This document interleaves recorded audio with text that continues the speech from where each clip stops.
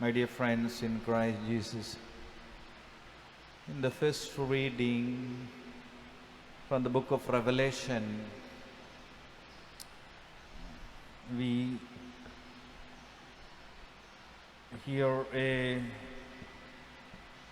beautiful sentence that it is written here.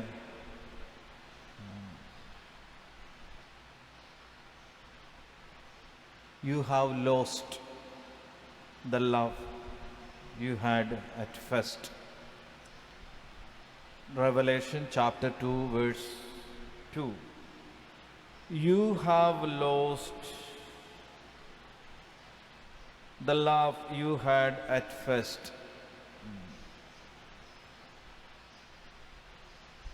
Meaning, when we were young,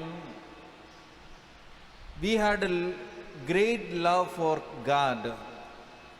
We had great faith in God. We loved Jesus.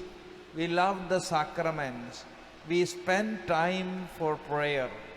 We were busy in charitable activities. We were eagerly abstaining from certain things for the love of Jesus. Now he tells, you have lost that love that you had for me at first. Now your love is getting reduced. But in the beginning you had great love for me. You like to be with me.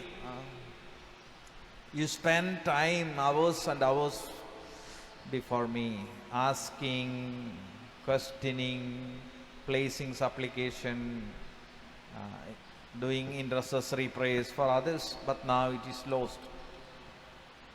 In coming to the gospel, we see a blind man begging Jesus for sight. As Jesus was passing by the roadside, the blind man who was sitting along the roadside, he heard that Jesus was going by, and he shouted, saying, Son of David, have pity on me. He did not mind anyone. He neither bothered about what others will think, what others might say. Nothing bothered him. He went on crying out because he had great faith in Jesus. He trusted in the power of God. So when he trusted in the power of God, nothing bothered him. The people around him, or even the people got agitated. So he did not bother it. He was going on crying out. In a way, it was a disturbance for people. It was disturbance for Jesus also. But he did not mind. But then, with great faith, he went on crying out, praying. That was the case with the blind man who was a faithful. But then the people, the crowd, they were not having faith. So they were agitated. They were angry. They were thinking what this blind man is saying.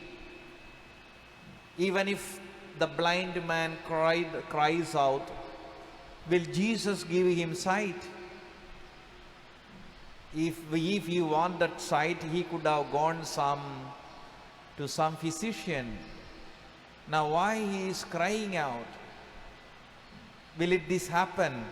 So there are in the community or in the society two kinds of people, believers and unbelievers. Believers and unbelievers. For believers,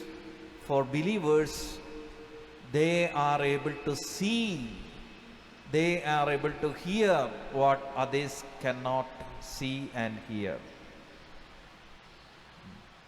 Unbelievers can see only what is projected here. Unbelievers can hear only what is presented here in this phenomena world. But believers can see and perceive and hear something supernatural. So we believe, we trust in the power of God. We ask the grace of faith to see and hear and perceive something beyond supernatural.